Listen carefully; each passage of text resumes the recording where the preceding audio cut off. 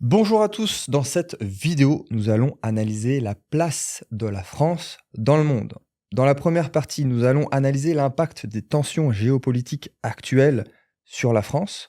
Deuxième partie, la place de la France dans les trois domaines tech principaux. Donc on a le Web3, l'intelligence artificielle et l'informatique quantique. Et dans la troisième et dernière partie, nous allons voir la partie investissement, les recommandations concrètes et de terrain de notre invité, de notre expert pour 2025.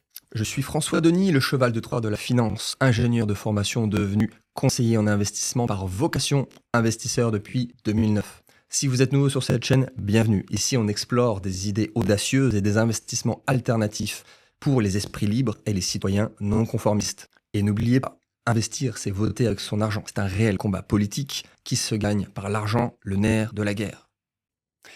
Aujourd'hui, un invité de marque. Bonjour Gilbert, comment vas-tu? Très très bien, je te remercie. Merci Bonjour d'être venu aujourd'hui dans l'émission. Est-ce que, on va commencer directement par ça, par ton parcours, tu peux te présenter? Il y a beaucoup de choses, beaucoup de casquettes, tes études, toutes tes différentes expériences professionnelles, dis-nous tout. D'accord, bon déjà merci de me proposer cette belle opportunité de passer un moment avec toi, ça faisait un moment qu'on s'était pas vu. Avec plaisir. Oui, c'est vrai, on se connaît depuis un moment maintenant, ça fait plusieurs années. Et puis, tu me demandes de me présenter, je vais le faire avec beaucoup de plaisir, mais ça a commencé, si tu veux, dans mes études de finance, en finance de marché, notamment en tant que trader à la Banque Royale du Canada. Donc ça remonte aux années 90. Où j'ai pu faire un MBA en finance. Donc ça a bien structuré mon comportement, et notamment dans la culture, j'ai fait ça au Canada, donc dans la culture anglo-saxonne, quand on fait du marketing, il y a un objectif fondamental qui est le retour sur l'investissement. C'est quoi le ROI? C'est quoi l'engagement de ressources? Les banquiers appellent ça le ROCI.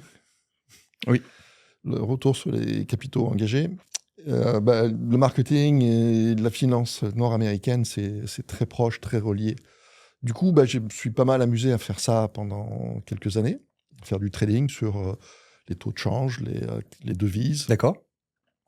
Et puis, ayant fait un MBA, je voulais rentrer dans une logique plus de management, donc managériale, et je suis parti cette fois à Vancouver, de l'autre côté du Canada.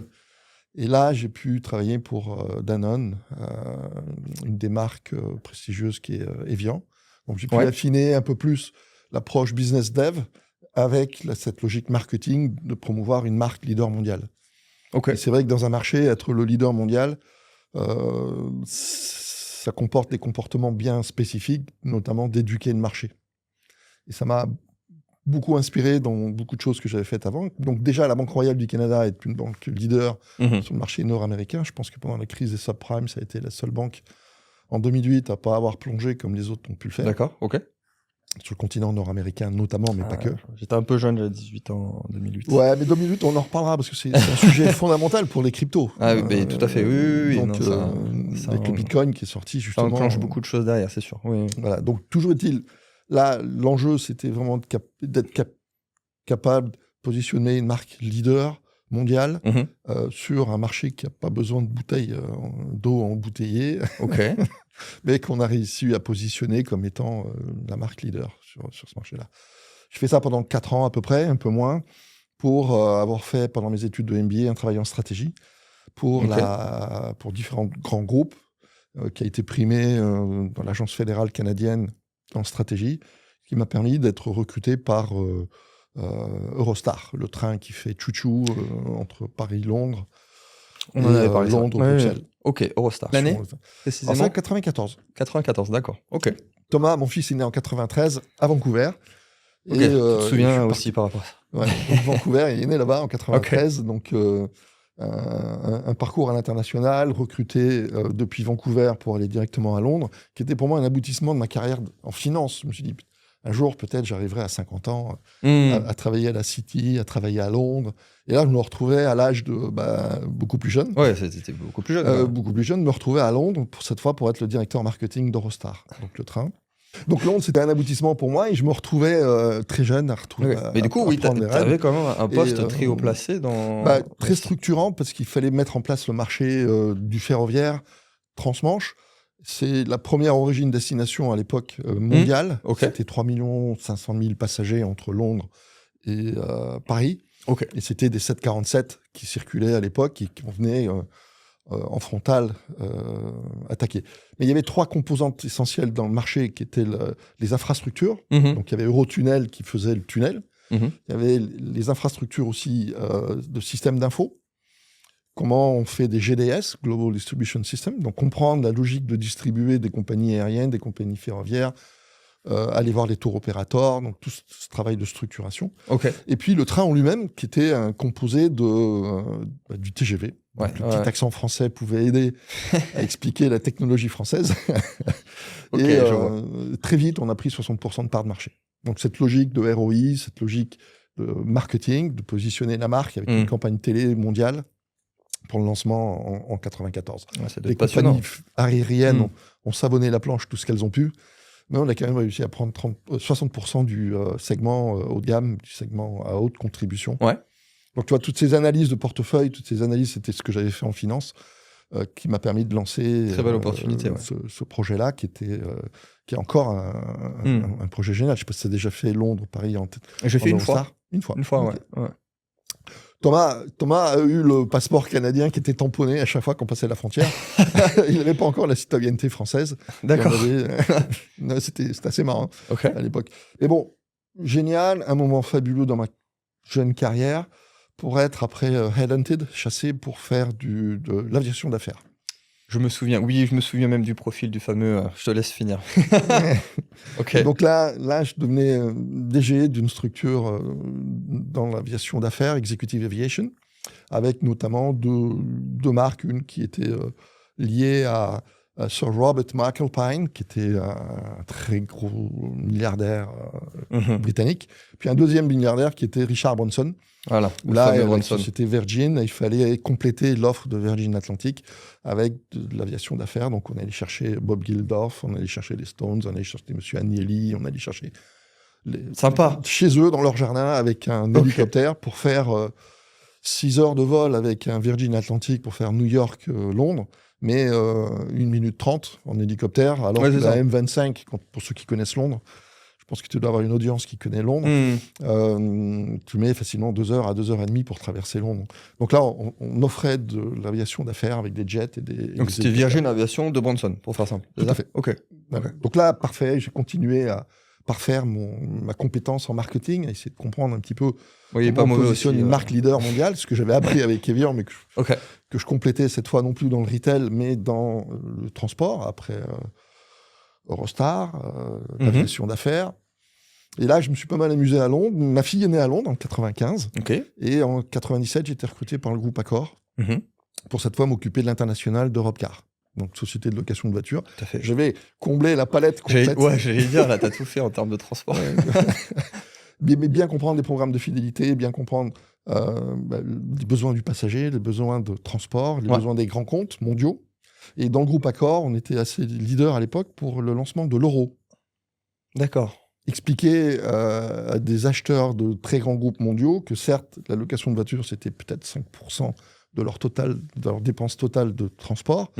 On était en avance de phase sur l'utilisation de l'euro. Ah ouais, ça va vite. Et pour les grands comptes mondiaux, dont j'étais responsable sur une trentaine de pays, ça faisait 5% d'économie sur plusieurs centaines de millions d'euros par an. Donc, ça a super cartonné, super marché. Et j'ai fait ça pendant 3 ans à nouveau. C'est quand même des phases assez courtes avec 3 le ans, recul. Mais l'histoire de doubler le salaire à peu près. Je sais que tu es sensible. Alors à chaque fois. À chaque fois, ouais. Et donc, arrivé à un moment donné, je suis amené à retourner dans le groupe Virgin,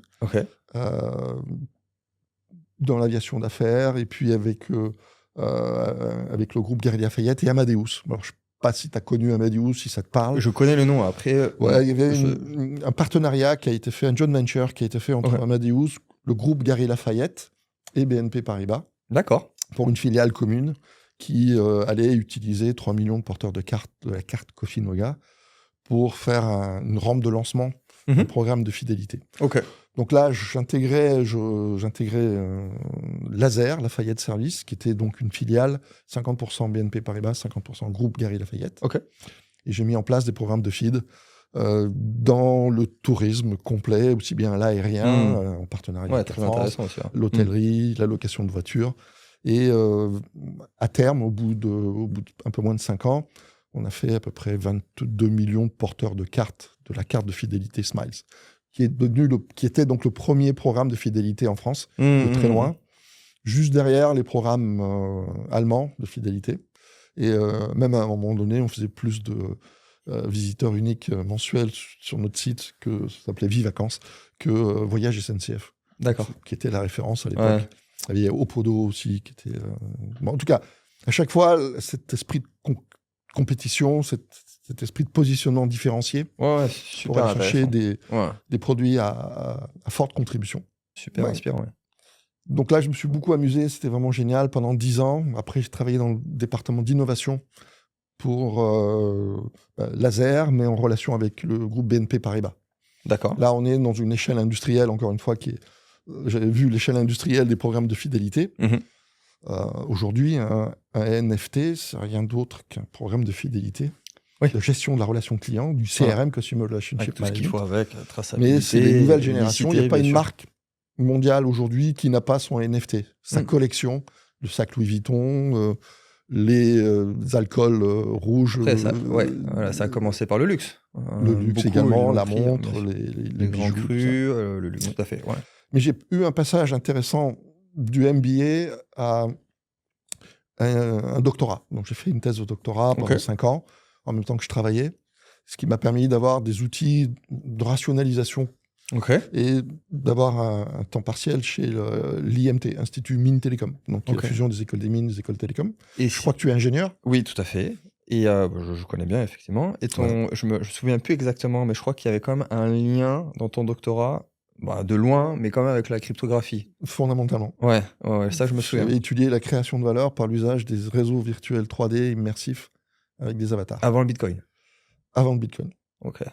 Ou peut-être que ça se chevauche. T'as vu, je me souviens. Pour ceux qui connaissent, qui a à peu près mon âge, c'est Second Life, dans cet univers virtuel 3D immersif avec des avatars, il y a une monnaie qui existe encore, qui s'appelle toujours le Linden Dollar. Et là, on a vu tous les cabinets conseils de la planète, que ce soit Accenture, que ce soit BCG, Bain, McKinsey, toutes les grandes écoles de commerce, dont HEC, acheter de l'espace virtuel sur ces réseaux sociaux virtuels 3D, les metaverse. Ce qu'on appelle aujourd'hui un metaverse, c'était déjà à l'époque un metaverse. Est-ce qu'on peut dire que du coup, c'était un espèce de token utilitaire avant l'heure aussi, indirectement, il y avait du token utilitaire, voire transactionnel. C'était pas que... D'accord, donc c'était pas que utile. Mais il y avait quand même une logique de crypto derrière, dans le sens où il faut protéger. C'est une devise à part entière. On peut acheter du terrain virtuel, certes.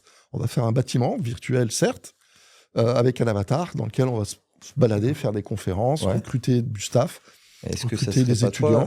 Satoshi Nakamoto. Est-ce qu'on n'a pas trouvé enfin qui est le... On n'a pas trouvé, désolé. Mais bon, Gilbert Non, c'est pas vrai. Donc, Ouais. La crypto, les monnaies virtuelles, les programmes de fidélité, les moyens de paiement, c'est une logique sur 30 ans de carrière dans la finance qui fait que j'ai une lecture aujourd'hui de ce qui peut se passer. Dans ma société de conseil qui s'appelle donc Mobile Louvre, j'ai gardé le titre. On a remis en place la techno qui avait été développée avec le chercheur de l'IMT à l'époque.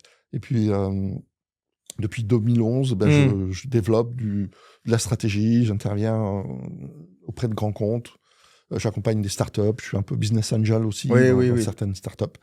In fine, c'est comme ça qu'on s'est rencontrés.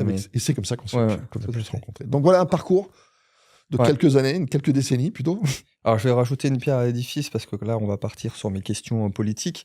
Tu es, alors je crois que ça fait aussi un bon moment, conseiller du commerce extérieur du pays. Est-ce que tu peux nous dire ce que c'est rapidement ?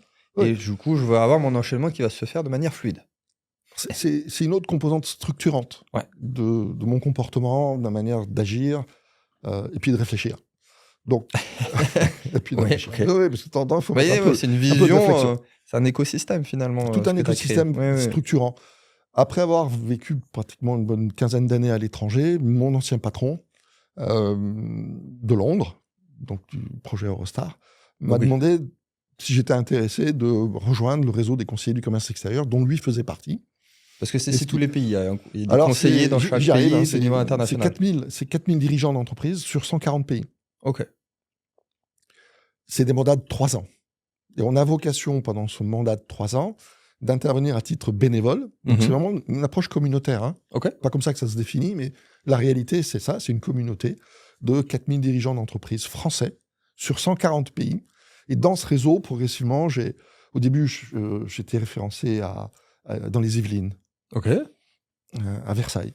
J'ai passé pratiquement 1 an à écouter des anciens qui étaient là depuis pas mal d'années pour comprendre comment le commerce international pouvait être structuré dans des univers que je connaissais pas forcément. Et là, j'ai rencontré des gens exceptionnels, d'une valeur vraiment phénoménale. Et dans ce réseau, j'ai évolué. Donc, c'est des mandats de 3 ans. J'en suis à mon 8e mandat. Ça va, le cumul des mandats, ça va? On a le droit de cumuler des mandats de conseiller du commerce extérieur, mais on est bénévole. Ah, c'est bien la France. On est bénévole. Et on a Oui. 4 grands chantiers. Le premier, c'est d'aider le gouvernement dans sa politique à l'export. D'accord. Donc, en fait, tu dois rendre des comptes au gouvernement Alors, c'est tous pas rendre les des comptes X au mois, gouvernement, c'est ça? c'est faciliter, contribuer dans l'équipe de France à l'export. Ok. Dans laquelle tu as Business France, la BPI, les chambres de commerce internationales. Tu as tout ce qui s'appelle l'équipe de France à l'export. Ok. Et on est une des composantes. On est les seuls à être patron de boîte, bénévole, dans le cadre de l'attractivité du territoire, dans le cadre de l'internationalisation de nos entreprises. Donc il y a du coaching qui peut être mis en place, mais toujours de manière bénévole. Oui. Bon, après, Et on a, en ce qui me concerne, parce que j'ai un peu évolué dans la structure au bout de mon 8e mandat. Au bout de 25 ans, du coup. Ouais, pas loin, presque. Okay. Pas loin de 25 ans. Comprendre ces dynamiques culturelles, ces dynamiques de mondialisation, de globalisation. Et là, j'ai eu la chance depuis 3 mandats ou 4 mandats, je ne sais plus, en tout cas une bonne décennie, d'être le président du groupe d'expertise TIC Économie Numérique. Okay. Donc, tout ce qui touche aux technologies de l'information et de la communication. Génial. Et de l'économie numérique. Donc il y a à la fois le hardware, software, mais aussi le modèle économique. C'est-à-dire comment on fait du pognon avec cet argent-là, comment on fait de l'argent Question avec existentielle. ces technologies. Non négligeable. C'est une approche très marché. importante. Ouais, c'est ça. C'est une approche marché. Qu'on n'a pas approche forcément... Ce qu'on pas les politiques on ne comprend pas forcément très bien en France c'est quoi la logique de marché. On comprend très bien la logique dans les nouvelles technologies, je parle. Les infrastructures, la recherche fondamentale. On ne peut pas se diluer partout en France. Mais on verra avec des exemples concrets. Là, ça tombe très très bien mes questions que j'ai à te poser. Voilà, le profil, je pense qu'il est assez complet. Merci de m'avoir posé la question qui m'est conseiller du commerce extérieur. Je voulais te la poser avant mes 4-5 questions politiques. Je vais commencer par la question que je pose systématiquement à mes invités, de manière générale, avant de rentrer dans des questions plus techniques. Mais si tu devais devenir président de la République, quelle serait ta première mesure? Pour intégrer notre accompagnement haut de gamme de conseils en investissement et rejoindre notre écosystème d'opportunités alternatives, vous trouverez un lien dans la description. Nous sélectionnons des opportunités solides, ancrées dans l'économie réelle et selon des critères exigeants. Innovation utile, éthique et durable, et de souveraineté, qu'elle soit économique, industrielle, monétaire, énergétique ou alimentaire. Rejoignez-nous dès maintenant. Elle est sympa celle-là. Je sais, mais merci. Merci, mais c'est vrai que ça donne... bon, après, le champ des possibles est très large, mais si tu avais vraiment le choix d'appliquer quelque chose comme Trump, c'est-à-dire que le premier jour, tu signes 72 amendements executive order. Voilà, la première mesure, quelle serait-elle? Comprendre le marché dans les technologies. Ce que fait Macron est hallucinant, là, ce qu'il a fait sur... C'est un VRP de folie, quoi. Je veux dire, ce qu'il a fait là pour le Forum mondial de l'IA. On a la chance que ce soit en France pendant son mandat, mais ce que je ferais, c'est que je poursuivrais cette logique-là, mais avec une réalité de marché. J'ai la chance de connaître des gens comme Tariq Krim, des gens comme Carlos Diaz, qui ont une lecture complémentaire du... le discernement du message politique, quelque chose de très compliqué en France. Il y a un parti pris tout à fait. politique et on n'a pas ce discernement pour comprendre c'est quoi le sous-jacent. Oui. C'est quoi la réalité du marché. Il y a beaucoup de choses qu'on pourrait lui reprocher, mais c'est vrai que sur cet aspect-là... non, mais justement, sur l'aspect-là, c'est une question que je vais te poser aussi après, mais il fait les choses. Ah, il fait des choses, il bouge. Mais il faut bien avoir ce discernement. On est champion du monde de tout. la réalité du marché, c'est qu'on n'est pas forcément champion du monde de tout. Aux Jeux Olympiques, quand on gagne une médaille, on peut dire qu'on est champion du monde ou champion olympique. De quelque chose. De quelque chose. Oui, bien sûr. Quand on est dans le domaine des nouvelles techno, on ne peut pas ignorer ce qui se passe en Chine, on ne peut pas ignorer ce qui se passe aux États-Unis, on ne peut pas ignorer ce qui se passe en Israël, on ne peut pas ignorer certains pays qui sont phares, qui ont une réalité, certes, scientifique, mais une réalité marché, une captation de marché qui est phénoménale. De toute façon, c'est les deux. La France a un bon positionnement là-dessus, c'est-à-dire qu'il y a l'ingénierie, on est plutôt bon encore, ça va, l'ingénieur français, surtout dans certaines thématiques, et l'aspect business développement, comme tu dis, marché. La logique indienne qu'a apporté le président Macron sur cet événement, sur l'IA, c'est fondamental. Parce que la capacité... Alors, il y a un autre sujet que je n'ai pas du tout évoqué, mais qui m'alimente d'une manière assez exceptionnelle, c'est que je suis jury au CES Innovation Awards. Tout à fait, oui. Je suis le seul Français à avoir été 4 années consécutives. Incroyable. D'accord ? Et j'ai 100 études de cas, 100 cas, qui me sont présentés chaque année. De tous les pays. De tous les pays. C'est gagner le Graal quand tu vas au CES de Las Vegas. Et que c'est pas mal quand tu as ça sur le CV du CES. C'est un jury ça mondial. ouvre la porte. C'est un jury qui est mondial. On n'est pas très nombreux à être français. Il y en a quelques-uns, mais je suis le seul à avoir été 4 années consécutives. Okay. Sur 100 études de cas, la première année, en 2022, je me suis retrouvé avec une dizaine de dossiers de Corée du Sud. Innovation Awards, cybersécurité. Deuxième année, 2023, je me retrouve avec une vingtaine de dossiers de Corée du Sud. Je te rassure, pas de dossier français. Un peu gênant. Troisième année, je me retrouve avec 40 dossiers de Corée du Sud. Ils sont pas là pour rigoler. Qu'est-ce qu'il fait ce pays? Alors, il profite du retrait qu'il y a eu de la communauté chinoise, des conflits de dislocation qu'il peut y avoir entre la Chine sur les technos et les US. Mais au-delà d'avoir cette suprématie technologique, c'est des produits qui sont... C'est pas des prototypes, c'est des produits qui sont industrialisés et commercialisés. La commercialisation de ces produits a déjà commencé en Asie, a déjà commencé en Corée du Sud. C'est de la cybersécurité, sauf qu'il y a un sujet qui est fondamental, c'est que depuis 2022, ils sont tous, et c'est là que c'est hallucinant, ils sont NIST compliant. National Institute Standard and Technologies. Ils sont quantum safe. Ils ont une logique de marché. Donc là, ils ont déjà compris 3 coups d'avance par rapport au quantum. En France, on ne sait même pas ce que c'est que le quantum safe. On n'en dit pas trop sur le quantum, mais effectivement, c'était mon introduction sur déjà de base. Quand tu te retrouves avec 100 dossiers à évaluer, tu vois des choses improbables. La RGPD. On ne va pas faire certaines choses. Ça a été des chaussures de plomb que les Américains ont bien identifiées et se sont moqués de nous. Pour aujourd'hui, se dire ils ont peut-être raison, les Français. La protection des données personnelles, c'est important. Et ça peut, ce qui était une enclume, est devenu un facteur facilitant. Ils ont le cul entre deux chaises, parce que la protection des données des citoyens chinois, c'est vrai que c'est un sujet à part entière. C'est un vrai sujet, on va en reparler. Mais ce que je voulais amener, c'est que la RGPD a fini par devenir un élément facilitateur pour une entreprise, pas beaucoup, mais au moins une entreprise française qui s'appelle Idemia. Ceux qui sont dans les moyens de paiement connaissent Idemia parce que c'était anciennement Ouverture. Ils ont réussi, tu vas dans n'importe quel aéroport américain, tu vois Idemia dans le poste de contrôle parce qu'ils ont cette capacité à gérer les données personnelles mieux que personne d'autre au monde. Donc ils ont su faire d'un sujet qui était une enclume absolue, la risée des Américains disaient vos histoires de données personnelles, c'est une poésie. Sur le papier, c'est pas sexy.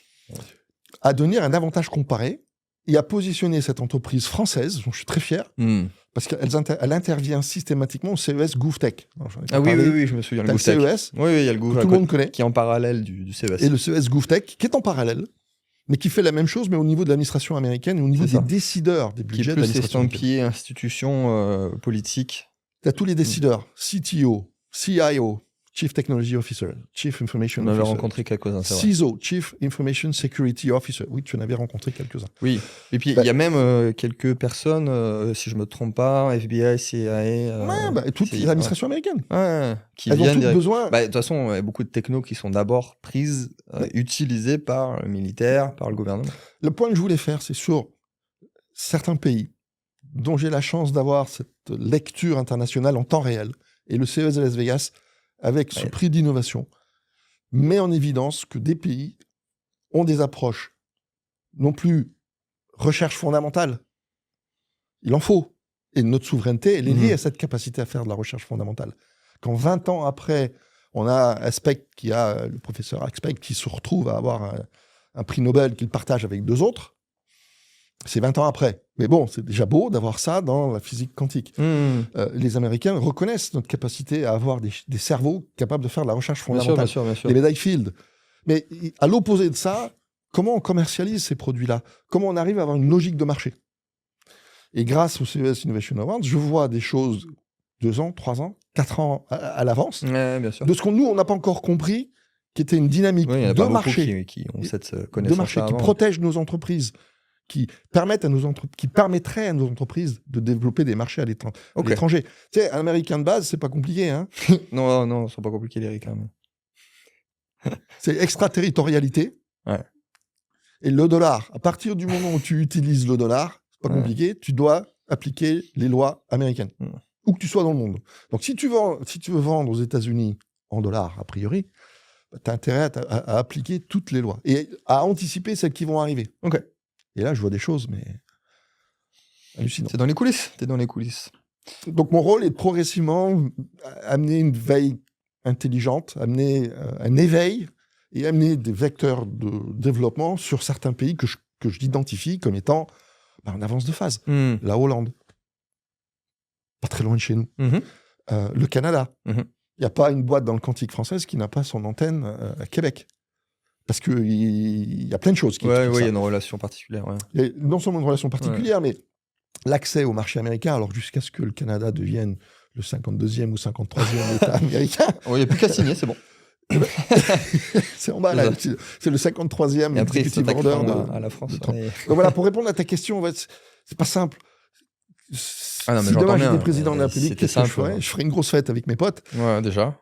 J'espère que tu m'inviteras. Mais avec mes deniers personnels. Ouais, parce que c'est pas trop le cas. Ok. Et logique de marché. Comment on éduque nos forces vives, comment on éduque nos scientifiques à comprendre qu'il y a une logique de marché de laquelle, malheureusement, on n'y est pas, quoi. Alors, quand on est un pays de 67 millions ou 70 millions d'habitants, de plus de 18 ans, et qu'on a en face de soi des puissances comme l'Inde, c'est là où le trait de génie de notre président actuel est remarquable. Aller chercher l'Inde. Parce que moi, j'ai des dossiers de l'Inde, comment ils forment leurs ingénieurs. Reconnaissance faciale, reconnaissance des émotions, analyse gestuelle des mains sur le clavier, et tout le contenu est en virtuel. Les examens sont virtuels. Et si le pauvre étudiant en 5e année d'école d'ingénieur, sont quelques millions à le faire chaque année, il sort ses mains de l'écran, il y a une alerte. Il est peut-être en train de tricher. Si en plus on détecte qu'il a des émotions, et que ces émotions elles sont analysées à 99% fiables, comme étant, oui, il est en train de tricher, le mec, il a fini, il n'a plus son diplôme. Sauf que nous, on ne pourrait jamais accepter cette... C'est l'élevage en batterie. Il faudrait même faire une émission juste là-dessus, mais c'est aussi des questions morales. Éthiques, morales. Sauf que les ingénieurs qui sortent sont formés comme ça. Comment tu veux concurrencer? Oui, il y a la concurrence aussi, bien sûr. Ils sont plus et c'est pas... Ils sont beaucoup plus nombreux. C'est pas la même formation. Non, puis c'est pas du 9h, 17h. Pas 35 heures non plus. Très bien. Il faut des syndicats. Bon. Il faut qu'on développe des syndicats. Sur cet enchaînement, parce que là, tu es quand même assez positif et c'est aussi ton rôle d'être positif, donc je vais te poser des questions, faire l'avocat du diable. Déjà, à court terme, parce que là on enregistre en février, l'actualité géopolitique est assez soutenue en ce moment. Quels sont les impacts pour le commerce français ou autre, l'économie en général, par rapport à tout ce qui se passe en ce moment? Donc il y a Trump plus Musk, la Chine, les BRICS. Comment tu vois la chose? Déjà à court terme 2025 et sur le long terme. Alors, on ne peut pas regarder la France en isolation. C'est pas raisonnable. Non. C'est la France dans l'Europe. Et la puissance de la France d'avoir influencé la RGPD notamment, qui vient de la CNIL, je veux dire, les fondements. MiCA, Market in Crypto Assets, vient de la loi Pacte, promue par l'AMF. C'est un sujet qu'on a fait Tout à fait. qui a inspiré l'Europe, qui a intégré en force au niveau. Donc, on a cette capacité-là à influencer à moyen long terme. Pas à court terme, Oui, mais à après, moyen il y en long a terme. certains qui vont me dire justement, bon, c'est bien beau, on inspire, on est là sur tout ce qui est législation, sur les agréments et tout, sauf que, bon, les Américains font le business, les Chinois ils copient, et la France, elle régule. C'est ce que je veux dire. Alors, ouais, ça ressort. Mon analyse rejoint un peu la tienne à un détail près. C'est qu'il y a un cycle d'innovation qui démarre en Asie, Ouais. de moins en moins aux US. Oui, ça c'est vrai. Sur La certains force domaines. émettrice créatrice de la Silicon Valley continue, Mais à sauf moins que elle de est, superpuissance et moindre. la capacité chinoise, depuis le 13e plan du Parti communiste, qui identifie certaines technologies comme étant fondamentales, dans lesquelles ils ont investi des dizaines de milliards de dollars, et pas que des yuan, c'est la fusion, et ça c'est vraiment important à bien comprendre, la fusion de la recherche fondamentale militaire avec la fusion avec la recherche fondamentale civile, par obligation. Imagine un instant la recherche militaire française avec la recherche de Nanterre. Ça t'a fait sourire, je ne sais pas pourquoi, mais on peut comprendre qu'il peut y avoir une difficulté à intégrer. Là, c'est pas compliqué, c'est la constitution chinoise, le Parti communiste chinois qui dit, en 2016-2015, vous n'avez pas le choix. Vous devez travailler ensemble. Recherche fondamentale militaire, recherche fondamentale civile. Et tout ça, ça se décline en recherche appliquée, en recherche innovation et en déclinaison sur des produits que tu mets dans le marché. Aujourd'hui, une BYD qui vaut 50 000 euros, elle concurrence ma voiture que tu as vue tout à l'heure, qui elle fait 90 000.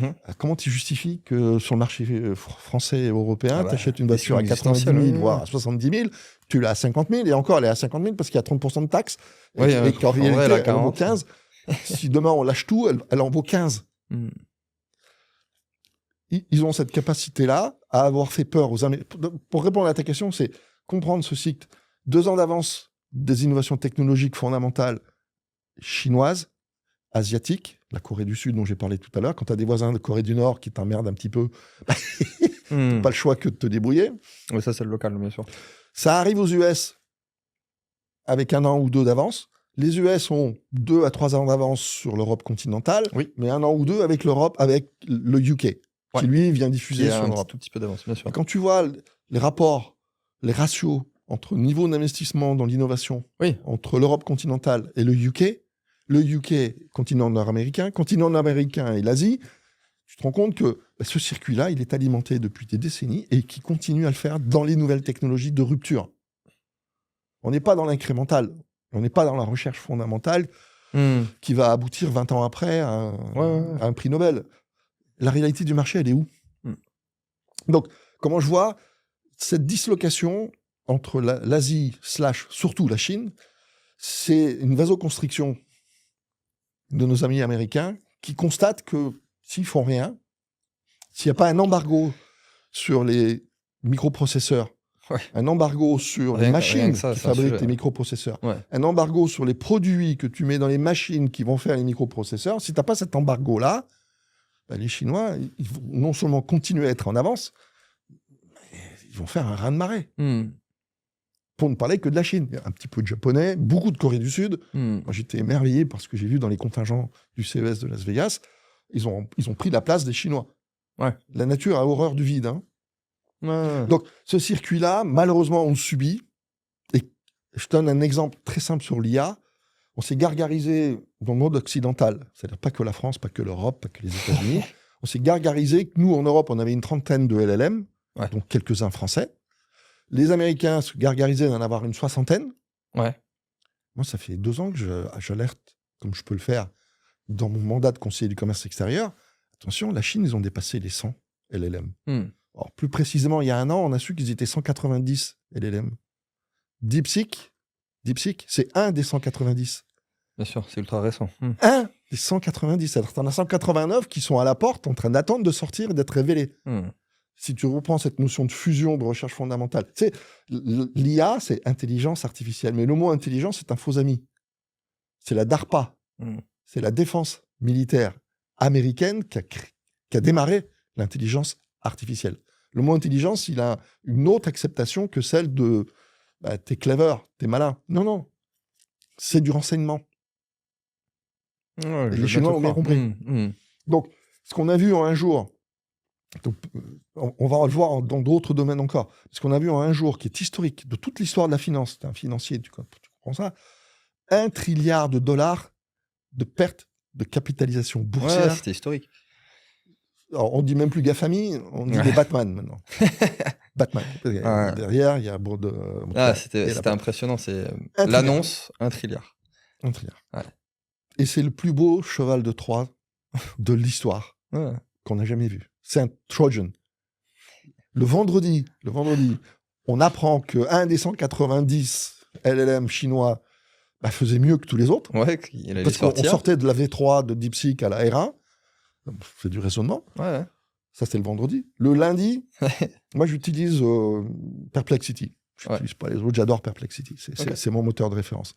Purée, le lundi soir, je vois intégration de DeepSeek dans Perplexity. Ils ont pompé les API. Alors, c'est le Trojan, mais il y a eu 50 millions de développeurs. À partir du moment où on leur a dit, écoutez, les garçons, bien sûr, ils ont eu le temps de... plus performant que les autres. Ils ont tous testé. Ils ont eu le temps de le mettre Ils ont téléchargé l'apps. On n'a aucun audit du code source. La violence du truc, quoi. Et comment ils ont joué?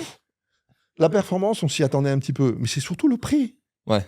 Les Chinois ont réussi à pénétrer la planète entière des développeurs, des DSI. Heureusement, 2 semaines, 3 semaines après, les gens ont compris que c'était dangereux d'utiliser les API de DeepSeek, même si on les mettait sur des serveurs locaux, tant qu'on n'avait pas audité de A à Z les 32 millions de lignes de code qu'il peut y avoir dans DeepSeek. Ça se trouve, il y en a peut-être plus que 32 millions d'ailleurs. Mais c'est un Trojan.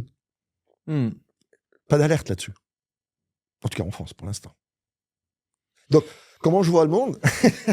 C'est ces dynamiques-là que j'observe, que je documente du mieux que je peux, en une lecture d'avance de phase d'1 an et demi à 2 ans, grâce au CES de Las Vegas, grâce au réseau des conseillers du commerce extérieur, avec une analyse à la fois scientifique, de par ce que j'ai pu faire avec l'ANDES, l'Association des docteurs en sciences économiques et de gestion. Ma thèse de doctorat est maître de conf. J'ai pu devenir maître de conf, j'ai passé l'appellation. Ok. Observer des éléments fondamentaux, scientifiques, mais regarder la réalité de terrain. Comment on fait le mariage des deux? Comment on couple les deux? Là, j'ai une chance inouïe avec le CES de Las Vegas et le CES GovTech. C'est que j'ai les meilleurs au monde. Tu peux pas faire mieux. Qui me disent 2 ans à l'avance, attention, ce qui se passe là avec certains acteurs dans les places de marché, certains Binance, je crois, a des problèmes en ce moment. Ouais. Je sais pas si tu te souviens. Il y avait déjà des problèmes. Il y a 1 an et demi, je t'avais dit, pas en moins. Blanchiment d'argent, tout ça, terrorisme. Ils avaient des preuves. Hein. Ouais. Avant qu'il aille en prison en plus. Un jet privé qu'on arrête dans un aéroport, c'est pas que la gendarmerie française qui a fait ça ou que Europol. Non, mais il y a des. En plus, toi, tu dois avoir des histoires folles, mais c'est sûr que tu as des dossiers que tu vois pas dans le grand public. Alors, c'est pas du secret défense, hein, c'est public knowledge. Oui, mais. Faut aller chercher à moins d'être dans le milieu et de suivre l'actu, tu le vois pas, ça. Enfin, il y a personne qui va te dire aux infos. Non, parce que c'est le discernement du message politique que j'évoquais en tout début de notre discussion. Quels sont les outils qu'on a aujourd'hui pour faire ce discernement? Qu'est-ce qu'on nous dit aujourd'hui? Une question d'éducation. Je crois que c'est un des premiers mots que tu as dit aussi, c'est l'éducation de. Donc, je suis prof à MBS et je m'amuse à développer cet instinct chez les étudiants, de leur dire remettez en cause ce qu'on vous dit. Comprenez. C'est pour ça aussi que je t'ai invité, c'était pour que tu aies un peu plus d'impact à mon échelle. J'espère. Bon, ma dernière question politique avant de parler vraiment de tech pure. Elon Musk a eu des propos un peu complexes en ce moment, dernièrement. Sur différents sujets. Il y en a beaucoup. Et alors sécurité, immigration et économie, justement en ciblant d'abord les UK par rapport à l'actualité qu'il y avait eu dernièrement, et ensuite par rapport à différents tweets, parce que moi j'ai suivi le truc en direct sur X et tout, enfin bref, et en ciblant la France juste après. Est-ce que tu vois ça comme une menace ou une opportunité? Enfin, vraiment la puissance qu'il a et à la fois financière et politique maintenant, parce qu'indirectement, c'est lui le président des États-Unis. Comment tu vois la chose? Ce qu'a dit Trump, je vais me servir d'une analogie simple, ce qu'a dit Trump quand DeepSeek est arrivé, historique, hein, 1 trilliard de dollars. 1 trilliard, c'est 1000 milliards de pertes de valorisation. La réaction de Trump, c'est de dire, ça, en plus, je porte le nom qui va avec, ça va vous réveiller. Ouais. Vous, les industriels du microprocesseur, vous qui levez, et on vient de faire un plan de 500 milliards de dollars pour faire ça, regardez la frugalité que nous amènent les Chinois. Tout à fait. Réveillez-vous. Donc, quand tu me poses des questions sur ce que fait le collaborateur de Trump. Ouais, en plus, c'est une connotation. Je sais pas si tu as vu la vidéo d'hier soir quand il est intervenu oui, j'ai vu. au bureau Oval. C'était pas Melinsky qui était dans le bureau. Hein. Ouais. Je sais pas si t'as connu, Oui, je vois très bien. Mais dans les prises de position, toi, il soutient l'AfD en Allemagne. Donc, il n'a pas forcément tort sur le fond des choses. Ouais. C'est sur la manière où il est très provocateur, très arrogant. Mais c'est un Américain. Bon, un petit côté autiste. Qui a la nationalité américaine. Mais tu vois, il défend le fait que la diversité... Donc, certes, il fait plein d'erreurs de communication. Et c'est un fou furieux. Je pense que Niel, quand il l'a décrit, n'a pas forcément eu tort. Oui. Mais il lui a répondu. Hein. Ouais, ils s'échangent entre eux. Parce que lui, il lui a dit t'es un connard, et lui, il lui a dit non, mais toi, t'es pédophile et... Réseau de proxénètes. Et réseau de proxénètes. Bon, les journalistes ont été sympas. Ils ont dit que c'était pas pour ça qu'il avait été jugé. Oui. Ça, c'est de la polémique qui fait vendre du papier. Ça fait bien. Mais le fond des choses. Est-ce qu'on a besoin de se réveiller? Donc, les Anglais ont une relation privilégiée. Je te parlais de quantique après, quand on va parler techno, mais les Anglais, et ça, je le suis depuis plus de 20 ans. Quand nous, on consomme 100 milliards de e-commerce, d'euros, les Britanniques sont à 200 milliards. Okay. Quand on était à 50, ils étaient à 100. Ouais. Quand on est à 100, ils sont à 200. Quand on va être à 200, ils vont être à 400. Qu'est-ce qui explique ce gap, mind the gap, quand tu vas dans le métro à Londres? Qu'est-ce qui explique ce gap qui perdure dans la durée sur plus de 20 ans dans le e-commerce? Qu'est-ce qui explique que quand nous, on lève 100 en levée de fonds pour une start-up, elle est à 250 millions de dollars, alors qu'elle a levé 100 millions d'euros, elle est à 250 millions à Londres. Mais dans la durée. C'est pas un épiphénomène. Non, donc, il y a des comportements, on parlait de réglementation tout à l'heure.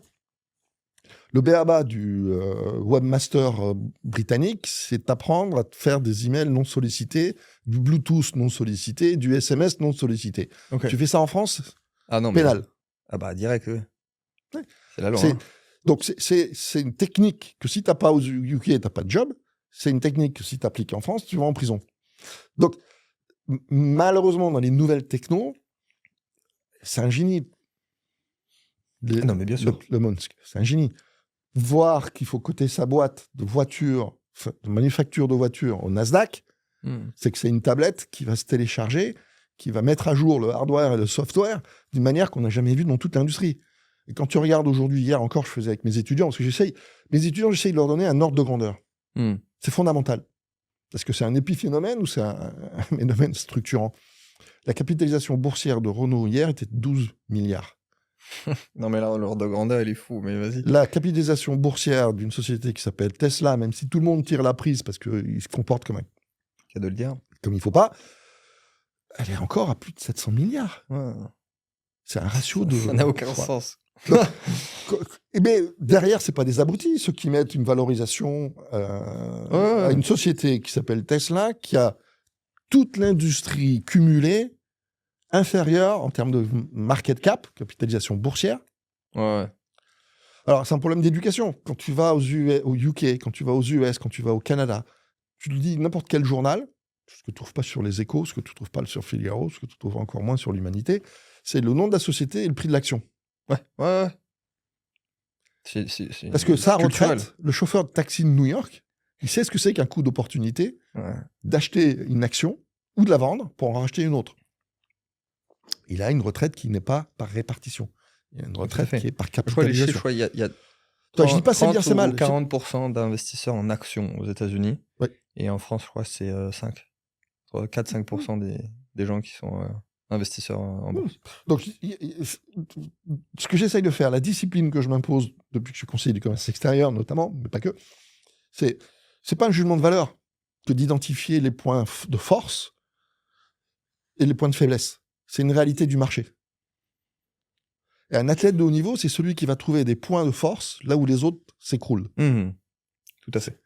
Donc, l'entrepreneur, le patron de boîte, le comité stratégique d'une entreprise du CAC 40, elle a besoin d'être stimulée sur ses rapports de performance de très haut niveau. Okay. Tu vois, dans une économie globale, si tu n'as pas compris ça, tu as un problème. Donc, comment tu deviens un athlète de haut niveau? Comment tu as des performances d'athlète de haut niveau? Comment tu maintiens? Comment tu les acquiers? Comment tu les entretiens? Et comment tu les... t'évites qu'elles meurent trop vite? Ouais. Les Américains, Trump, hier j'ai adoré le discours de Musk, il y a la démocratie d'un côté et la bureaucratie de l'autre. Et la bureaucratie, c'est tout sauf de la démocratie. Un raccourci qui perturbe. J'ai répété plusieurs fois, j'aurais pu le dire, mais c'est vrai. Alors, j'ai rien contre les technocrates. J'ai rien... Je dis pas c'est bien, c'est mal. Il y a des gens qui réfléchissent comme ça, qui observent des points de force ou des points de faiblesse, et qui évoluent dans cet environnement-là selon une trajectoire. Soit ça crée de la valeur, elle monte, soit ça détruit de la valeur, et elle descend. Et tout l'enjeu, c'est de trouver cet équilibre, si j'étais président un jour, essayer de trouver des forces vives qui permettent d'avoir cet équilibre entre création de valeur volontaire et destruction de valeur qu'on corrige au plus vite. Après, ils sont clairement plus sur la loi du plus fort en termes de politique. Oui, mais ils sont forts. Oui, mais cette vasoconstriction dont je parlais tout à l'heure, des Américains à l'endroit des produits chinois, ils n'ont pas tort. Les Chinois sont en avance. Tout à fait. Il y a plein d'études scientifiques qui sont faites, qui illustrent qu'il y a... Alors, le rapport Draghi, merveilleux. Mois de septembre, on en a parlé 2 jours en France, je crois, et encore 2 jours en tirant les cheveux. C'est fondamental de lire, de comprendre ce qu'il dit dans son rapport. Il y a 2 rapports. Et les 2 sont très bien documentés. Mais c'est plusieurs centaines de pages qu'il faut se prendre dans la tronche, mais qui est tu demandes à une IA de centraliser l'information pour mais les graphiques valent la peine d'être vus. Mais il faut du temps. Alors, je suis beaucoup dans la data vise, la visualisation des données. La donnée est fondamentale, mais la data, elle peut être en amont, le plus en amont possible d'une chaîne de valeur. Là, on dit la donnée, c'est celui qui détient la donnée, c'est le roi. Ouais, tout à fait. Mais la donnée, ça peut être aussi le dernier maillon d'une chaîne de valeur. C'est en amont et en aval. Et en aval, c'est tout ce qu'on met en place aujourd'hui avec les microprocesseurs, avec les machines qui construisent ces microprocesseurs, avec ceux qui construisent les machines qui vont faire des microprocesseurs. La première capitalisation boursière européenne techno, tu sais qui c'est? C'est qui? ASML. Ah ouais? Qu'est-ce que fait ASML? C'est quoi ça? ASML, c'est des Hollandais. Ok. Donc, de quoi on va avoir besoin dans le futur? Ça va être une transition pour ton prochain truc. On va avoir besoin de microprocesseurs qui vont passer du CPU au GPU, ça c'est déjà fait. Nvidia, la valeur de Nvidia, plus de 3 trilliards de dollars, ça vient de là. Au QPU, Quantum Processing Unit. Nvidia travaille sur ces sujets-là déjà depuis plus de 2 ans. Bon, passons à la dernière partie de l'émission. Si tu veux. Je ne sais pas si j'ai bien répondu à la mais très bien. Il n'y a pas de bonne réponse ou de mauvaise réponse, mais... Non, mais suffisamment répondu. Donc, intelligence artificielle, informatique quantique et Web3, je vais te poser une question par domaine. On va mettre le Web3 à la fin. Intelligence artificielle, je commence par ça parce qu'on est en plein sommet de l'IA à Paris, en ce moment même. On est sur la fin, là. Macron a annoncé plus de 100 milliards d'investissements. Une majorité, en plus, vient de l'étranger. Il y a les pays arabes, il y a les États-Unis, les UK et quelques entreprises françaises. Et Canada, tout à fait, j'ai oublié le Canada. Attends, les entreprises françaises, on peut en parler. Mais... Il y a Orange, je crois, il y a Thales. T'as regardé le Crunchbase? Sympa, hein? Crunchbase, tout à fait. La capitalisation boursière de... pas boursière, pardon, ils ne sont pas cotés en bourse. Mais le financement d'un certain Mistral. Non, j'ai pas vu. C'est quoi? On ira regarder. Ok. Bon, on en a parlé déjà, donc je vais pas te relancer sur le sujet de qu'est-ce que tu en penses. Effectivement, c'est un bon positionnement, mais là aussi, je vais essayer d'avoir la question qui fâche, parce qu'on me l'a posée, donc je te la pose. À l'inverse, on a beaucoup de domaines aussi qui sont délaissés, de la politique et le gouvernement Macron. Système éducatif, système de santé, même je dirais le secteur primaire, l'agriculture. Comment tu vois les choses? Est-ce que on est que bon là-dedans ou est-ce qu'on a que des clowns au gouvernement sur les autres sujets? Quel est ton avis là-dessus? Mais sur quoi? Sur tous ces sujets? Les autres thématiques qui peuvent être délaissées, c'est une vraie question que j'ai reçue plusieurs fois. On se dit, ok, bon, il met 100 milliards sur la table pour l'IA, c'est sympa. Et à côté... déjà, il faut faire la différence entre une promesse et Bien la sûr. réalité. Bah, c'est pour ça que je te pose la question. Donc déjà... Mais il y a déjà plus de 50 milliards qui viennent des Émirats. Oui. Et quand on parle de souveraineté... Oui, c'est ça. Après, il y a la souveraineté économique, mais tu as aussi la souveraineté alimentaire, tu as la souveraineté... c'est pour ça que je te cite le secteur primaire, mais c'est qui est totalement délaissé aussi. Mais... Alors, on ne peut pas dire que ce soit délaissé. C'est pas tant un délaissement, c'est comment les autres courent plus vite que nous. Oui. C'est la blague. Ce qui compte, c'est que tu cours plus vite que celui qui veut te manger. Ouais, mais tu vois... Donc, c'est une question qui est intéressante parce que, in fine, l'éducation, l'école... et système de santé, tu as un retour sur investissement, mais qui n'est pas financier, donc ça a l'air moins urgent. Mais en même temps, on voit déjà le résultat et de ce que ça donne aujourd'hui. C'est plus une question de priorité, et les gens vont voir ça. Eux, ils ont du mal avec le pouvoir d'achat. Ils vont voir Macron, il met 100 milliards sur la table. C'est les premiers à pas savoir comment ça marche, hein, on est d'accord. Hein. Mais le fondement de ma question, c'est du coup, Macron, compliqué avec lui, quoi. Ce que tu es en train de penser, c'est que l'IA vient absorber ce qui aurait dû être développé sur d'autres secteurs d'activité industrielle. Ce n'est pas forcément le cas, on est d'accord. Là où il y a un trait de génie, je ne dis pas que c'est un génie, je dis qu'il y a un trait de génie dans le dispositif, c'est qu'il y en a qui acceptent de venir financer, parmi lesquels il y a des boîtes, il y a des Émirats arabes, il y a des entreprises, il y a... Et pas que françaises. Là, tu retombes dans la souveraineté technologique. Du coup, ils vont se dire, oui, mais c'est des fonds étrangers. La souveraineté, c'est un sujet fondamental, mais encore une fois, on manque de discernement sur le discours politique et la réalité. Est-ce que tu as entendu parler de Caléa? Non. Est-ce que ça te parle, Caléa? Ça me dit rien. 1994. Je t'ai parlé de 3 dates tout à l'heure. Je sais pas si tu viens, 93, mon fils qui est né à Vancouver, 95, qui est né... quand tu as bougé pour changer de boîte. À 94, il y a un certain Clinton. Ouais, bon vieux Bill. Le bon vieux Bill, qui a fait passer un texte aux Nations Unies, qui a été ratifié par tous les gouvernements de la planète, d'un lawful. Lawful, c'est de plein droit. Accès à toutes les infrastructures de communication de tous les pays, par le FBI, par la NSA, National Security Agency, américaine. C'est-à-dire que là, aujourd'hui, non seulement il y a Patriot Act, non seulement il y a la capacité d'obliger les entreprises américaines qui sont en Europe, dont la France, dont Microsoft par exemple, une obligation d'envoyer toutes leurs données au gouvernement américain. De tous leurs clients.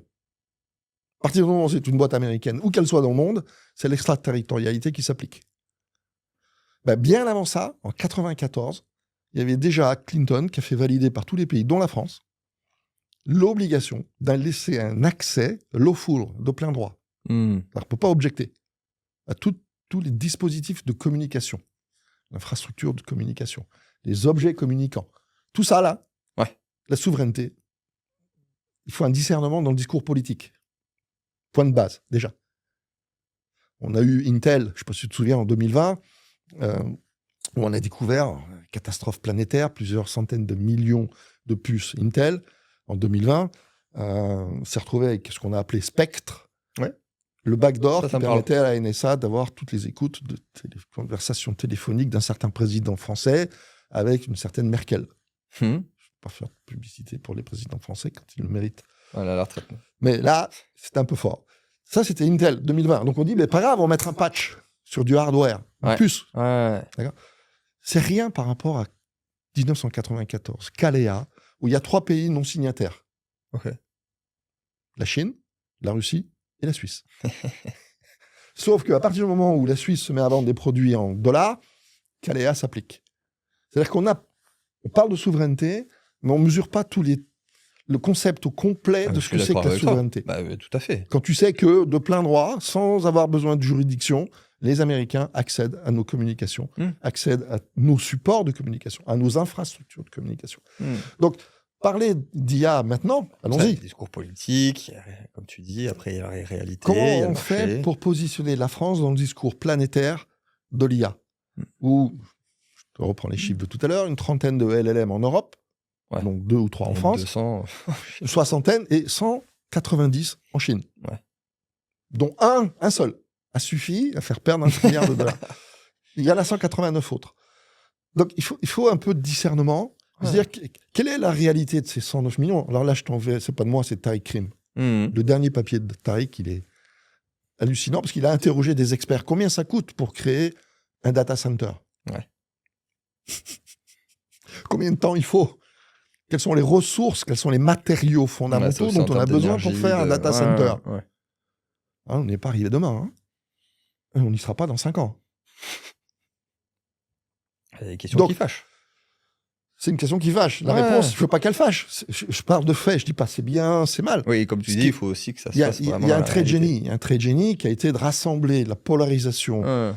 C'est comprendre que ce forum mondial de l'IA, c'est pas nouveau. Hein, et c'est pas français.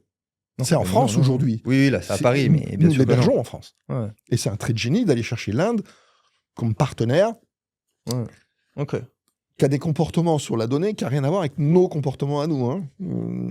Donc, si tu veux, d'avoir une idée, d'avoir une éthique, une idéologie, mais qu'à un moment donné, on ne se rend pas compte que ça peut devenir de la poésie, ça peut être dangereux. Ok. Donc, on n'est pas des poètes, on est dans un univers mondialisé, dans lequel il y a une dislocation qui est engagée dans l'administration américaine depuis Trump 1, poursuivie et amplifiée par Biden, et dont on voit aujourd'hui le tremplin que ça donne pour Trump 2, qui n'est plus tout seul, qui est avec un mec qui veut tuer. Il dit la démocratie, ça n'est pas la bureaucratie. Pour eux, les planètes sont alignées. Les planètes sont parfaitement alignées. Avec le fameux département d'efficacité. Mais ils ne sont pas que dans la déréglementation. Parce qu'on va amorcer le 3e sujet plus tard, qui est du Web 3. Mais juste sur le quantique. Moi, malheureusement, j'accède aux données du gouvernement américain dans le CES GovTech. Et j'ai un petit bouquin qui m'est remis chaque année dans le cadre des événements qui ont lieu au CES GovTech. Et je vois sur les technologies quantiques. Alors, je m'agite dessus depuis 2018. C'est une de tes spécialités. C'est ce que j'aime bien. Deuxième partie sur le quantique. Je ne veux pas expliquer de A à Z comment un avion, et décrire les pièces de l'avion, expliquer comment un avion va décoller. Je m'en tape. C'est pas mon sujet. Mon sujet, c'est pourquoi tu vas prendre l'avion? À quoi ça sert de prendre un avion? Et si tu prends l'avion, est-ce que tu vas faire du business quand tu arrives? La data qui va avec. Et est-ce que tu vas arriver avant les autres qui, eux, vont voyager en train ou qui vont voyager en bateau ou en montgolfière? Pourquoi tu prends l'avion? À quoi ça te sert? Quelle est la création de valeur à utiliser un moyen de transport qui te permet d'aller plus vite que les autres? Ça m'intéresse dans le quantique. Parce que depuis 2018, j'ai des cas concrets d'application. Certes, on n'est pas dans l'universalité du quantique. On n'est pas dans le quantum universel. On est sur des segments de marché très, très, très pointus. C'est ce que j'allais poser comme question. Mais depuis 2018... Le quantique, c'est peut-être la partie la plus complexe pour les gens, c'est là où ils le connaissent le moins. Même pour la plupart des gens, le quantique, s'ils imaginent un petit ordinateur personnel quantique, c'est pas du tout ça. Quelle est, pour toi, l'application dans les 5-10 ans à venir pour le citoyen? Alors, il y a beaucoup d'applications, cybersécurité, l'énergie, le transport, même la médecine. Alors, n'hésite pas à donner des noms, parce que y a des investisseurs, des noms de boîtes et ainsi de suite. Voilà, dis-nous tout sur ça en 2 minutes. Je sais, c'est pas facile. C'est très, très compliqué, mais tout ça, je l'ai documenté et je l'ai mis à disposition des personnes qui peuvent agir et qui se sont approchées de la Hollande. Je te parlais de ASML tout à l'heure. Il se trouve que c'est un Français qui est le patron d'ASML aujourd'hui. D'accord. Et c'est la première capitalisation boursière technologique d'Europe. Pas de France, d'Europe, technologique. Mais je t'ai dit ce que je vois au CES GovTech. J'ai les 200 contrats répertoriés en technologie quantique, parce que le quantique, c'est pas une seule chose, c'est des technologies quantiques. C'est ça déjà qui est mal compris sur les fondamentaux de la techno. Donc on part de la physique quantique, mais je veux pas expliquer c'est quoi la physique quantique. Il y a 2 grands principes fondamentaux, l'intrication, superposition, qu'on constate que quand on utilise ça sur de l'informatique quantique, on obtient des résultats. On n'est pas dans l'universalité, on n'est pas dans le hardware du quantique. Moi, j'ai investi dans du software. Oui, c'est ça. Il y a le hardware, bien sûr. Donc, une start-up française qui fait des choses phénoménales, qui vient de lever encore cette semaine un peu de sous, s'appelle Colibri. Pour Colibri TD. Pourquoi Colibri? On reviendra dessus sur l'image du colibri. Qu'est-ce qu'il fait quand il y a un feu de forêt le fameux. C'est la théorie du chaos du colibri. Ce que je veux amener, c'est il y a des solutions quantiques qui sont utilisées par le gouvernement américain. J'ai la liste des 200 contrats par nationalité d'entreprise. On ne partagera pas. 80 entreprises britanniques, 60 entreprises japonaises, 30 entreprises de Corée du Sud. Ça, c'est les contrats de 2023. On est en 2025. Sur les 200, il n'y a pas un Français. Alors, tu vas me dire, mais on est les champions du monde. Oui, en 2035. Parce qu'on nous apprend qu'on est champion du monde. La réalité, c'est le marché. Je reviens à tout début de notre discussion. Bien sûr. Le marché, il est où? Aujourd'hui, il y a un acteur au monde qui paye en plus, parce que tu as d'autres acteurs qui sont des gouvernements, mais qui ne payent pas forcément. Ou s'il n'y a pas une ligne de crédit de la Banque mondiale, ils ne payent pas. Et même, ils s'arrangent pour le détourner.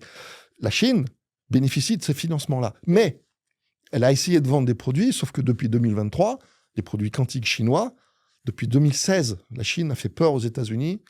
L'effet Sputnik, dont on n'arrête pas de parler pour... ils l'ont fait avec la communication satellitaire quantique, QKD, MICIUS, M-I-C-I-U-S, 2016. 7000 km d'écart. Quand on a, nous, des scientifiques qui cherchent au micron près, c'est l'observation de ces deux phénomènes-là à la même époque, en 2016. Alors depuis, on a évolué en France. Dans la recherche fondamentale, on continue à faire des choses qui permettraient de penser qu'un jour, on pourrait être champion du monde. On est très bon, mais pas dans la logique de marché. Pour les ingénieurs, on est très bon. Mais pour le marché...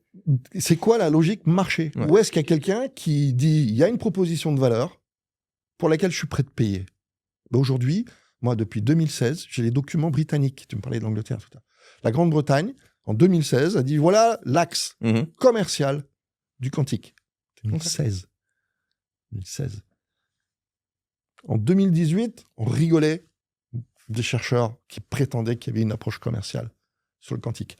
En 2023, on continuait à rire de ces gens-là parce que c'est pas universel. Tu sais, Moïse, quand il est devant la mer, qui coupe en deux et qui fait passer tous les animaux. Ça, c'est l'universalité. On peut y croire. Mais en attendant, il y a des mecs qui font des choses et il y en a 200 pour lesquels, aujourd'hui, le gouvernement américain paye des contrats. Et là, on ne parle pas de contrats à 200 000 euros, 500 000 euros, 1 million d'euros, 10 millions d'euros du gouvernement français. On parle de milliards. Là, il y a une boîte en techno qui vient de passer un contrat avec l'administration américaine de 25 milliards de dollars. J'emmène des boîtes françaises en technologie quantique. Une, Glow Photonics. Ils ont même gagné un prix du CES Innovation Awards. Sauf qu'elle est à Bordeaux. Comment t'as dit le nom? Glow Photonics. Glow Photonics. Est à Bordeaux. Parmi les leaders mondiaux de la photonique quantique. Le président de région de l'époque ne savait même pas qu'il avait un champion du monde en photonique quantique. Non, mais la photonique quantique, tu vas en entendre parler tous les jours, dans les 2 ans qui viennent, dans les 3 ans qui viennent. Moi, j'ai bien potassé le sujet. On est rentré dans une logique où on se dit, bon, la recherche fondamentale, c'est génial. On a des prix Nobel. On a 5 prix Nobel en physique quantique. Non, mais en IA, comme tu dis, la physique quantique pure recherche, on est très bon en France. Il y a l'axe business du marché qui est totalement à revoir ou à approfondir. Il y a d'autres boîtes aussi à laquelle je pense. Il y en a peut-être, il y en a 2 que j'ai en tête qui ont quand même un petit positionnement intéressant au marché. C'est Alice et Bob. Oui, non, mais il y en a plein. Et Pasquale. Mais où est-ce qu'ils sont allés? Où est-ce qu'ils sont allés? Non, mais c'est ça. Ils ne sont pas restés en France. Mais ils sont en France. Ils ont un moteur français. Mais derrière, c'est des fonds. S'ils veulent réussir, ils sont obligés de s'installer à Sherbrooke. Je suis allé les voir.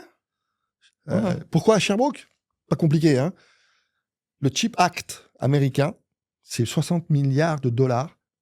Et il y a une usine d'IBM qui est en face de Sherbrooke, qui est la première usine de production de microprocesseurs d'IBM mondiale. Elle est de l'autre côté de la frontière.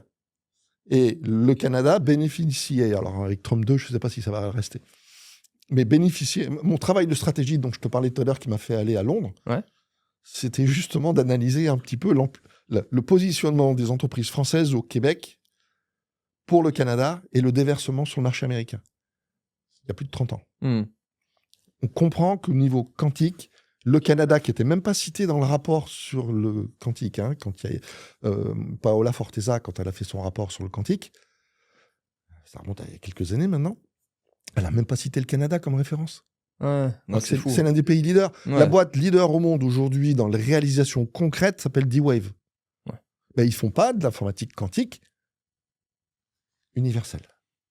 Ils ont des champs d'application très concrets. Bien sûr. Quand moi, je vois des Coréens du Sud présenter en 2022-2023 des produits qui sont déjà quantum safe, qu'aujourd'hui, le gouvernement américain, j'ai fait intervenir à l'ambassade de France à Washington pour la 6e édition au mois de mai 2024. le patron du NIST, en charge du programme, ça s'appelle du cryptologie post-quantique en français, Ok. et post-quantum crypto en britannique, en anglais, en américain. Ils ont fait un appel d'offres qui a duré 9 ans. Ils ont sorti 4 algorithmes qui sont Crystal Kyber, en tout cas, des algorithmes qui ont vocation à remplacer le RSA. Dossier sur le sujet, ouais. Ouais, t'es ingénieur, donc tu comprends parfaitement ce que je suis en train de te dire. Mais le RSA, aujourd'hui, il y a eu encore une conférence RSA il y a quelques semaines. On sort obligatoirement du RSA. On cherche même pas à faire, s'il y a 2040 qubits, 2040 bits du RSA 2046, là. Okay. On passe pas à 4000, on passe pas à 8000 RSA. On s'en tape, on change de paradigme. On va sur le... c'est la définition même du changement de paradigme. Post-quantum, voilà. Mais c'est une obligation. Et moi, je connais toutes les administrations américaines qui sont alignées depuis 2024, août 2024, à avoir l'obligation de présenter un plan de migration du RSA. Obligation de présenter un plan de migration. Engager des ressources depuis août 2024 pour migrer sur du post-quantique. Si tu as un peu de temps, si tu veux t'amuser, c'est quoi la poésie française ? va lire ce qui nous est écrit. Je ne vais pas citer l'organisme. Sur l'importance du post-quantique en France. À mourir de rire. Quand tu regardes le même rapport de l'administration hollandaise, putain, c'est tout clairement détaillé avec des fiches de poste précises. C'est quoi qu'il faut faire, quand, comment, pourquoi. C'est fou. Ah, Baudelaire, on est le pays de Baudelaire. Oui, ça on pourra jamais l'enlever. Il faut comprendre qu'un c'est des armes. Ce sont des armes économiques, des armes géopolitiques. Et accessoirement, si tu veux vendre un produit aux US, si tu n'es pas quantum safe, tu ne pourras plus vendre aux États-Unis. Mais ce n'est pas tout. À partir du moment où tu vends en dollars, tu es obligé de répondre à la législation américaine, où que tu sois dans le monde. Ok.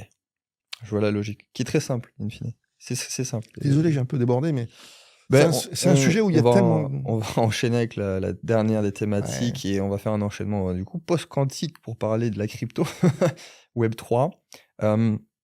Beaucoup de thématiques au sein même de la Web3. C'est peut-être le domaine auquel les investisseurs qui écoutent cette émission s'y connaissent le plus parce que c'est aussi la façon d'investir le plus facile.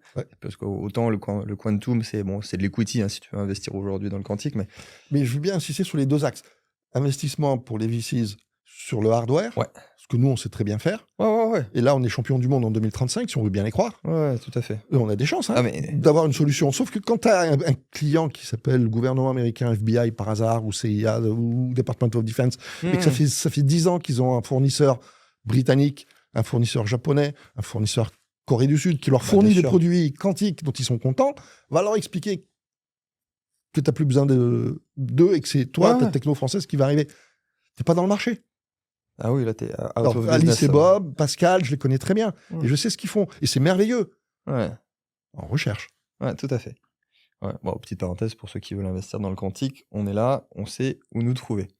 Donc le Web3. Oui. Ma question, in fine, était plus orientée à investisseur, mais justement, comme tu reviens du CES, quel est en ce moment, la niche du Web3 la plus hype, la plus utilitaire? On parle du RWA, tokenisation, NFT utilitaire.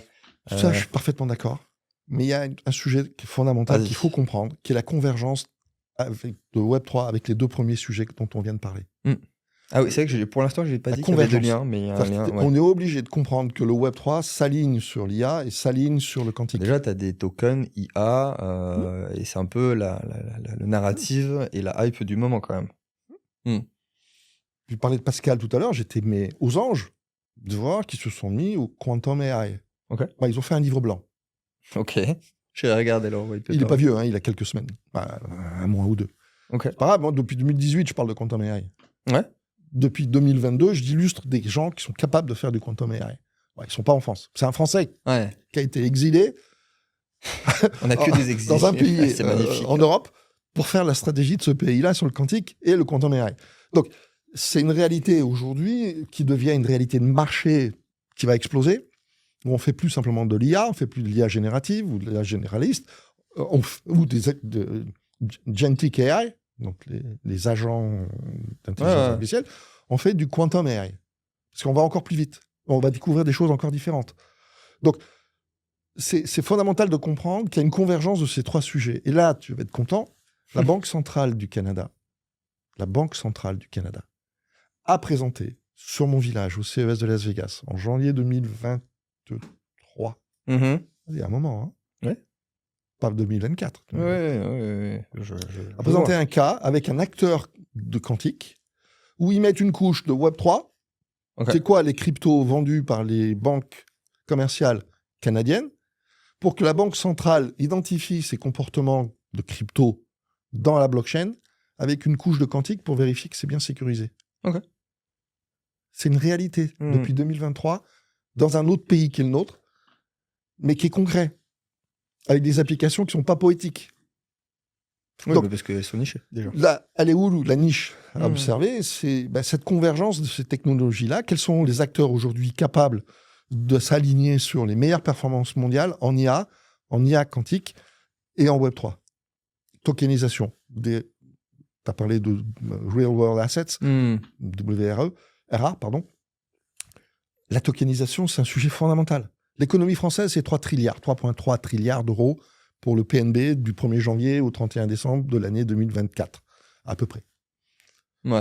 La tokenisation, en tant que marché, c'est reconnu par Bain, McKinsey, Accenture, Pricewaterhouse, Ernst & Young, tous, 30 trilliards. 10 fois le PNB de la France devrait passer par la tokenisation, donc c'est un jumeau numérique que l'on pose sur une blockchain. On me demande tout le temps, c'est quoi la tokenisation? C'est pas la même tokenisation que celle qui est utilisée dans les LLM. Là, cette tokenisation dont on parle, c'est pas celle des LLM, c'est la tokenisation où on prend un actif réel ou un actif financier. On a eu Interstellar sur la chaîne, c'est un très bon exemple. Vous avez un fabuleux livre ici qui explique via l'immobilier ce que c'est la tokenisation. Merci. Qui commence à dater, c'était 2018. Donc les exemples dedans sont pas très bons à prendre, mais de manière générale, ça explique la tokenisation. Donc tu confirmes tout ça, et comme tu dis, il faut comparer ce qui est comparable, mais là, d'être 30 trilliards par rapport à... C'est énorme. Et ils convergent tous pour dire oui, la tokenisation des actifs réels, ça va peser autant. Donc, à un moment donné, on ne peut pas ignorer ça. Donc, on fait des conférences, on sensibilise, on identifie des acteurs. Beaucoup trop de choses à maîtriser. C'est comment je peux aider, si j'étais président de la République, toi je reviens là-dessus, comment je peux aider le passage à l'échelle. Et ce passage à l'échelle, malheureusement, les VCs sont très concentrés là-dessus. C'est quand est-ce que tu rencontres ton marché? Tu as une innovation. Cette innovation, si dans les 2 ans qui viennent, elle n'a pas rencontré son marché, c'est-à-dire que des gens qui payent. Après, tu fais banqueroute, mais il faut que les investisseurs suivent, sinon. Voilà. Donc, ok. Convergence. Bon. Et puis Web3, RWA, Agent IA. Moi, j'ai fait pas mal de contenu dessus pour ceux qui veulent aller voir sur LinkedIn et autres. Mais si vous avez besoin de plus de conseils dans tous les cas, je suis là. J'irai chercher des petites infos auprès de Gilbert en privé. Donc, n'hésitez pas si vous voulez nous rejoindre et vous faire conseiller, que ce soit en crypto purement ou même en investissement alternatif en actifs réels. Ou Web3. Merci infiniment, Gilbert. Un petit mot de la fin pour conclure cette émission pour notre public investisseur.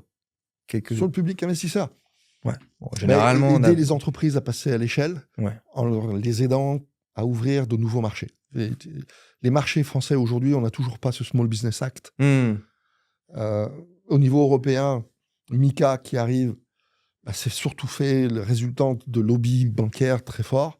Les startups vont avoir besoin de cette vallée de la mort dont on parle toujours en finance et en VCs. Comment on les aide à passer entre le early stage et le grand public. Et là, il faut qu'ils sortent. Il faut qu'ils sortent de la France. Il faut qu'ils regardent à l'étranger où est-ce qu'il y a des points de repère solides sur lesquels ils peuvent poursuivre leur trajectoire. Donc c'est à la fois un conseil pour les start-upers et aussi indirectement pour les investisseurs de regarder quelle startup va vraiment sur le devant de la scène. Oui, celles qui ont cette capacité à faire ce discernement dans le discours politique actuel. Oui, et que ce ne soit pas que des ingénieurs qui se disent « mon produit il est super génial et on y va quoi ». Il faut des ingénieurs, il faut construire ces produits. Oui, mais ils ne savent pas marketer, les ingénieurs. Je ne sais pas s'ils savent ou pas le marketer, il y en a qui y arrivent. Mais c'est quoi la réalité du marché? Quand je te dis 200 contrats en technologie quantique et 0 contrat français, et que j'ai beau essayer de les pousser, les mecs ils vont voir la BPI ne leur donne même pas de pognon parce qu'ils sont pas à Saclay. Mais là, la BPI en ce moment, c'est full industriel. Ils ont enlevé toutes les aides pour l'innovation. C'est n'importe quoi. On peut vivre sur des promesses jusqu'à un certain point. Ouais. Puis ça se trouve, ils vont changer dans 3 mois. Enfin, bref. Ok, bon, en tout cas, encore merci. Bel optimisme, on fait de belles choses. Oui, je suis optimiste, mais c'était passionnant, Gilbert. Encore merci pour ton temps. Après, à bientôt. Et on se dit à très vite pour une prochaine émission. Ouais, merci.